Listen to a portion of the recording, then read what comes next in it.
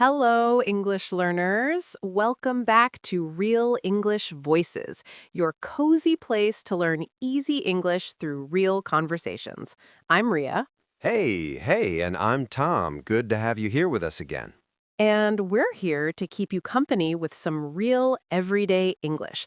Nothing too formal, nothing too serious, just natural conversation you can listen to, repeat, and borrow for your own life. And just so you know, this is a B1 level episode. So if you're somewhere in the middle, not beginner, not advanced, this is for you. And if you're a strong beginner, you can still stay with us. You don't have to catch every word. You can just relax and let the English wash over you like background music. Think of it like sitting in a cafe and two people at the next table, us, are talking in English and you're secretly listening and learning. And because this is real English voices, we'll try to use lots of natural phrases you can copy later in your own conversations. And at the end, we'll have a calm little word tour. We'll take some useful words from today and explain them again slowly. So if something feels a bit new or strange, don't worry, we'll circle back to it. So, Tom, big question. What are you doing for New Year's this time? Are you going out or pajamas? Honestly, I think I'm in my pajamas team this year. Strong choice. Yeah, my plan is very simple. Comfy clothes, good food, maybe two friends, and probably falling asleep before midnight. Ah, so you're not even waiting for the countdown. My body does its own countdown around 11 p.m. It says 3, 2, 1, good night. Fair. What about you? What's your New Year's situation? I think I'll stay home too. Small celebration, maybe cook something nice, light a candle, and do a video call with my family. Cozy New Year. I like it. Yeah, before I used to feel pressure, like I must go somewhere big, do something crazy, post amazing photos. Now I just want to feel calm and connected to people I love. That sounds healthy. And you, listening, what about you? Are you going to a party, staying in, working night shift, watching fireworks from your window? Or maybe your plan is close the door, wear comfortable clothes, eat something delicious, and ignore the world, which honestly sounds great. Yes, do not disturb New Year. Whatever your plan is, we're happy you're spending a little bit of your time with us. Today, we just want to talk with you about this time of year, how it feels, what it does to our minds, and maybe explore a few gentle ideas for the year that's coming. Nothing loud, nothing crazy, just a slow conversation you can use as daily life English practice while you walk, cook, clean, or hide from the dishes. You can even pretend you're busy studying so nobody asks you to help. Yes, podcast equals I'm working, please don't disturb. Yes, I can't wash the plates. I'm improving my future. And if you want, you can grab a notebook or a notes app, but you don't have to. Just being here and listening is already something. All right, take one slow breath in, And one soft breath out. and when you're ready, we'll start talking a little about this year, how it really felt. Stay with us. So, Tom, before we talk about next year, how does this year feel in your body right now? In my body, honestly, a little tired, but also a little proud. It's like carrying a heavy backpack, but with some good memories inside. I like that picture. A heavy backpack with some nice things inside. Yeah, not all rocks. Some snacks, too. Good. And in your mind? In my mind, it feels mixed. I look back and think, oh, I did some good things, but also, wow, I was stressed a lot. I think many people listening will relate to that. Yeah, maybe you too. Maybe if someone asks, how is your year, you just say, fine, because it's hard to explain. And also, there's this pressure, right? This time of year is full of big questions. What are your goals? What will you change? What is your 10-year plan? And I'm like, I'm still figuring out lunch. Same.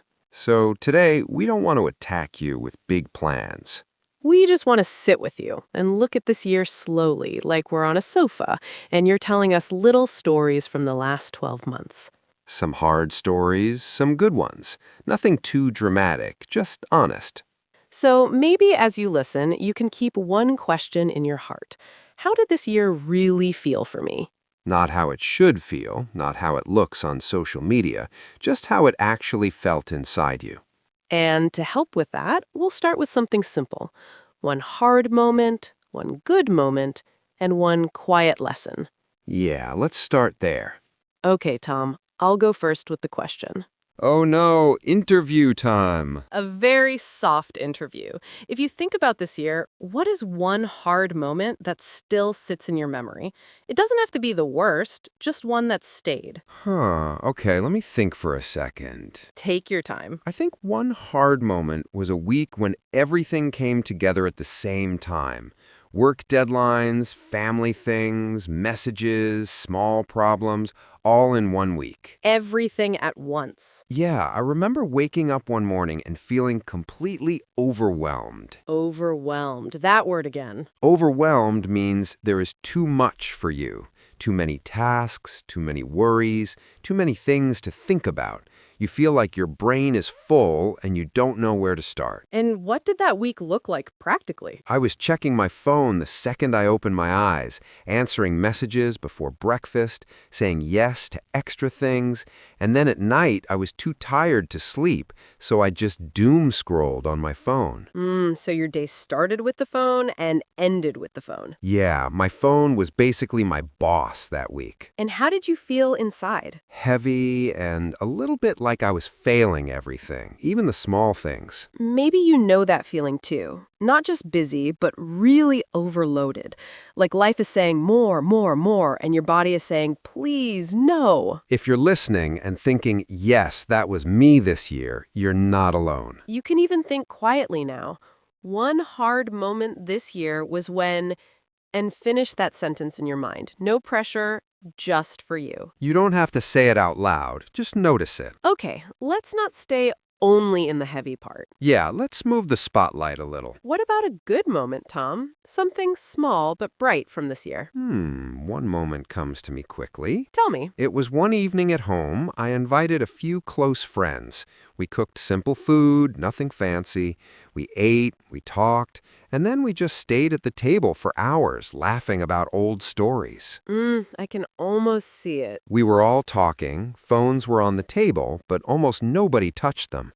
I remember looking around and thinking, wow, I feel really safe with these people. Safe. That's a powerful word for a good moment. Yeah, it wasn't a big party, no fireworks, but I felt calm and happy and very human. I love that. What about you? One good moment from your year? One that I really remember is a message from a listener. Oh, They wrote something like, I listen to your podcasts at night when I feel anxious. It makes me feel less alone. wow. I just sat there for a minute, holding my phone, feeling very grateful. It was like this small light in my day. Yeah, that kind of message stays with you. It made me think, okay, even if my episodes are not perfect, they're reaching someone's heart. Maybe you also had moments like that this year.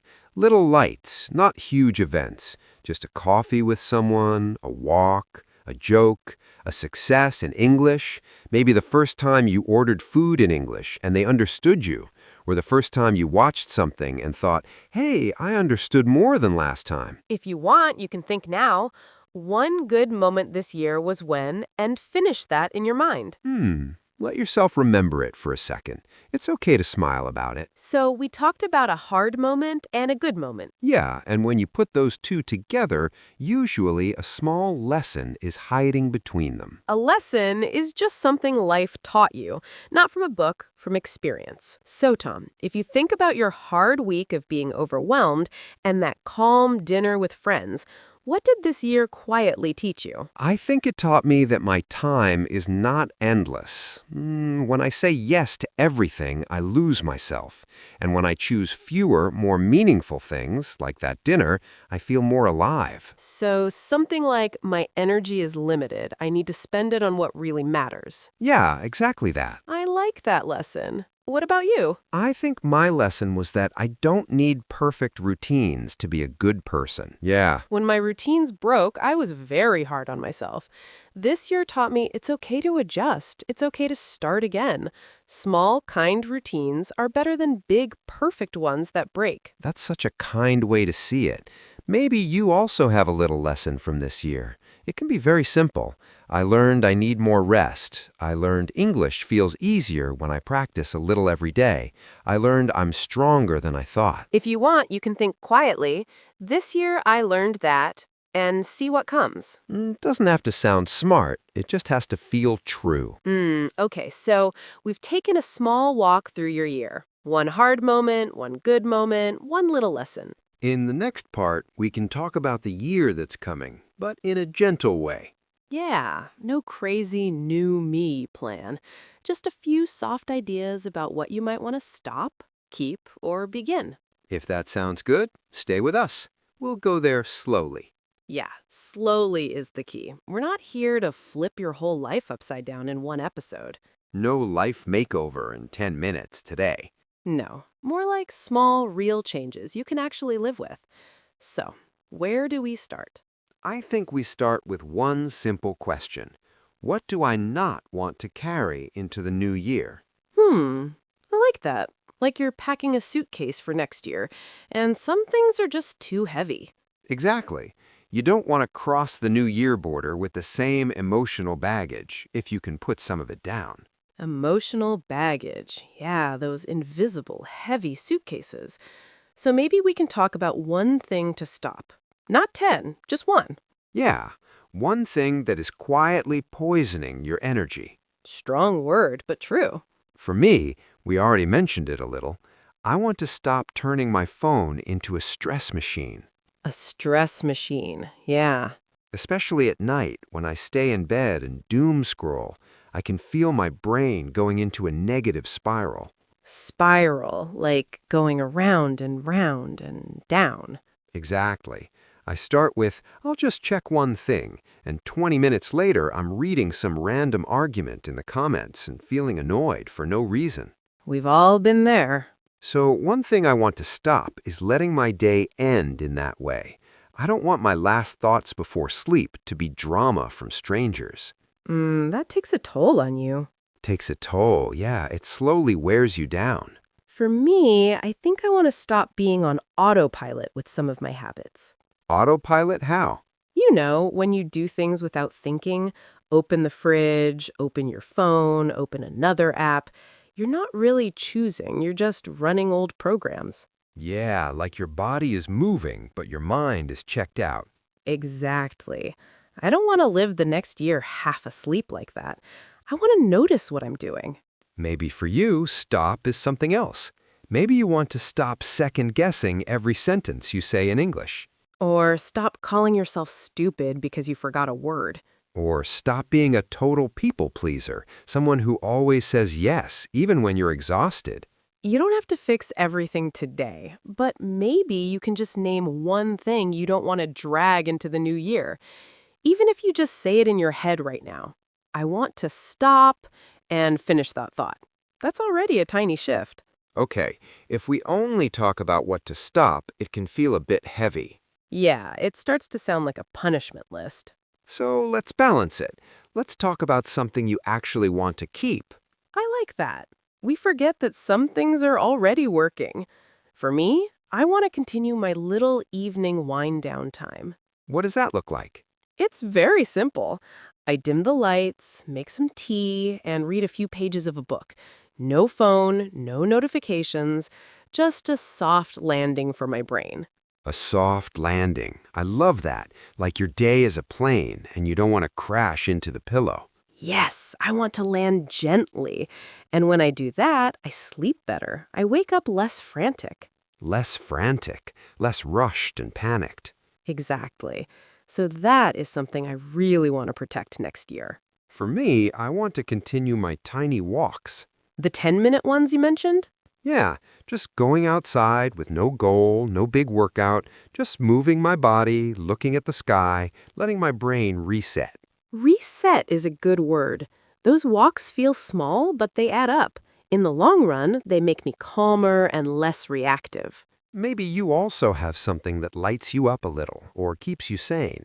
It might be listening to English podcasts on the bus, writing a few lines in a journal, talking to one friend who really gets you. You don't have to reinvent everything. Some things deserve to stay. So you can quietly ask yourself, what do I want to continue? What is already good for me? And then is the fun, scary word, start. Yes, start can feel exciting, but also intimidating. Especially if we make it too big. I will start waking up at 4 a.m. and completely transform my life. And then by January 5th, we are negotiating with the alarm like it's a dangerous animal. Yes, I respect you, but please stay away. So when we talk about start here, we mean something small, a bite-sized start. For me, I want to start talking to myself in English a little more. Oh, I like that. I already do it sometimes, but I want to be more intentional. Maybe when I'm cooking, I can describe what I'm doing, or when I'm walking, I can tell myself how my day went in English. Like a mini running commentary. Yes, it's simple, but it keeps the language alive. For me, I want to start having one screen-free morning a week. Screen-free meaning, So no phone, no laptop, no TV for the first hour or two. Just me, my thoughts, maybe a notebook. that sounds peaceful. I notice that when I start the day with screens, my mind feels crowded. When I start the day offline, I feel more grounded. Grounded, more stable, more calm. Exactly. So that's one small experiment I want to start. Not every day, just once a week. Maybe you also have a little idea like that, something you've been postponing forever. Maybe you want to start sending one voice note in English every week, or start reading one short article on Sundays, or start saying no sometimes to protect your energy. It doesn't have to sound impressive. It just has to feel possible. Yeah, something future you will be quietly grateful for. You don't have to decide right now, but maybe something is already knocking on the door of your mind, like, hey, it's time. If you feel that little knock, just notice it. You don't have to announce it on social media, just keep it in your heart. So if we look at this together, it's simple, right? Yeah, one thing to stop, one thing to keep, one thing to start. Not a revolution, just a quiet upgrade. And all of it in English. You're not only planning your life, you're also training your language while you listen. In a moment, we'll do a little word tour and walk through some of the stronger words we used. We'll explain them slowly with easy examples so they can really stick in your mind. But first, maybe just take one quiet breath and notice if any stop, keep, or start idea is gently sitting with you. You don't have to fix your whole life today. You just have to show up for yourself a little bit. And you already did that by listening this far. Okay, let's go on a little word tour together. I like this part. We slow down and look at some of the words we used, like we're holding them in our hands. Yeah, no pressure. Just listening is enough. Let's start with a big feeling word we used a few times. So first, overwhelmed. Yeah, that one came up when I talked about my busy week. When you feel overwhelmed, it means there is too much for you. Too many tasks, too many messages, too many emotions all at the same time. Your brain feels full. You don't know where to start. And even small things feel heavy. For example, I felt overwhelmed at work last month because everything was urgent. Or when I try to do too many things in one day, I get overwhelmed and then I do nothing. And connected to that, we use the word doom scrolling. Yeah, I think many people know this one, even if they don't know the word. Doom scrolling is when you keep scrolling on your phone, usually reading negative news, comments, or sad stories, and you feel worse and worse, but you still keep going. It's like your thumb is on autopilot, but your mood is going down. For example, I stayed up late doom scrolling and then I couldn't sleep. Or I stopped doom scrolling before bed because it made me anxious. That brings us nicely to the next word, autopilot. Yeah, you used this when you talked about habits. An autopilot is when you do things without thinking, like a plane flying by itself. Your body moves, but your mind is not really choosing. You open the fridge, open your phone, open an app, and you don't even remember deciding to do it. I was on autopilot and just opened Instagram without thinking. Or, I don't want to live on autopilot. I want to make conscious choices. We also use the phrase emotional baggage. That image of a suitcase. Emotional baggage means old feelings, pain, fear, shame that you still carry in your heart from the past. Like a heavy bag you bring into new situations, even when it doesn't belong there anymore. I brought a lot of emotional baggage from my old job into my new job. Or before starting a new relationship, I want to deal with my emotional baggage. Another phrase we used was take a toll. Yeah, you used doom scrolling takes a toll on you. When something takes a toll on you, it means it slowly hurts you or uses your energy, not in one big moment, but little by little. It can be your health, your emotions, your mind. They all get tired. Working late every night took a toll on my health, or constant stress takes a toll on your sleep. We also said people pleaser. That's a big one. Yeah, many listeners might feel this. A people pleaser is someone who always wants to keep everyone happy, even if they feel tired or unhappy inside. They say yes when they want to say no. They feel guilty when they take time for themselves. I used to be a people pleaser and agreed to every request. Or I'm trying to stop being such a people pleaser and respect my own limits. Then we had a softer phrase, wind down time. Yeah, your evening ritual. To wind down means to slowly relax after a busy day, to move from busy to calm. It's like turning the volume down on your mind. I like to wind down with tea and a book before bed, or a short walk helps me wind down after work. Connected to that, we said reset. Yeah, your tiny walks were a reset. To reset means to start fresh again, like pressing a small restart button for your brain or your day. You don't change your whole life, you just give yourself a small, fresh start. A quick nap helped me reset in the afternoon. Or I like to reset my mind by turning off my phone for 1 hour. Then there's a cute one, bite-sized. Yeah, I love this word. Bite-sized means very small, small enough to eat in one bite. We use it to talk about small pieces of work, small goals, small actions. But bite-size habit is easy to start, easy to repeat. I study English in bite-sized chunks of 10 minutes. Or instead of one big project, I made bite-sized tasks for each day. Next word, frantic. Strange little word, but kind of beautiful, isn't it? Frantic means very stressed and rushed, like you're running inside your own mind. It's more than just busy. Busy can be normal. Frantic feels like you're in a hurry and your brain is jumping everywhere. For example, I woke up late and my morning was frantic. I couldn't find my keys, I spilled my coffee, and I missed the bus. Or I don't like frantic mornings. I prefer to wake up a little earlier and move slowly. Another good word, intimidating. Yeah, I like this one. It sounds strong. Intimidating is when something makes you feel small or scared inside, not in a horror movie way, but in a confidence way. You think, this is too big for me, I'm not good enough. It can be a person, a situation, or a task. Speaking English in front of native speakers felt intimidating at first. Or the idea of changing my whole routine is intimidating, so I started with one small habit. The next word is negotiate. To negotiate means to discuss something and try to reach an agreement. You give a little, the other person gives a little, and you meet in the middle. We used it in a funny way with the alarm clock, like you're negotiating with the alarm. I tried to negotiate my salary with my boss. That means you discussed the number and tried to find a better one. Or I negotiate with myself. If I study English for 20 minutes, then I can watch a show. Next, a strong word, poisoning. Yeah, it sounds dramatic, but it's useful. We usually know poison as something that can make your body very sick, but we can also use it in a more emotional way. When we say, this is poisoning my energy, we mean it is slowly making you feel worse inside. It's bad for your mind or heart. Constant negative self-talk is poisoning my confidence. It means your own words are hurting you.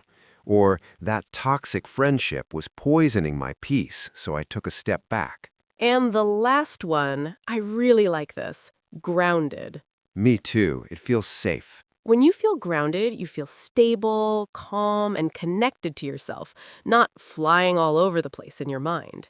Like your feet are on the ground, even if life is a little crazy. After my screen-free morning, I felt more grounded. Or talking to my best friend makes me feel grounded again. So, those were some of our little word friends from today. You don't have to remember all of them perfectly. Even if just one or two stay with you, that's already progress. Maybe you can choose one word and use it later in a sentence. For example, tell a friend, I feel overwhelmed, or I'm trying to stop doom scrolling, or I want more grounded mornings. Or you can write one simple line in your notebook with your favorite word from this episode. And if you want to practice more, you can listen to this episode again on another day. A second time, your brain will catch things it missed before. That's how language grows slowly, quietly, with repetition. Okay, I think we can land the plane here.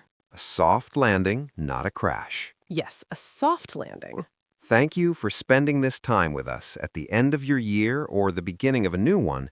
We hope you feel a little less alone and a little more kind to yourself. Remember, you don't need a perfect plan. One thing to stop, one thing to keep, one thing to start is enough. This is Tom, This is Ria. and you've been listening to Real English Voices. Take care of your energy. And we'll talk to you in the next episode. Bye. Your progress doesn't end here. To continue advancing your English skills, click on the next video or explore the additional videos we've thoughtfully selected for you.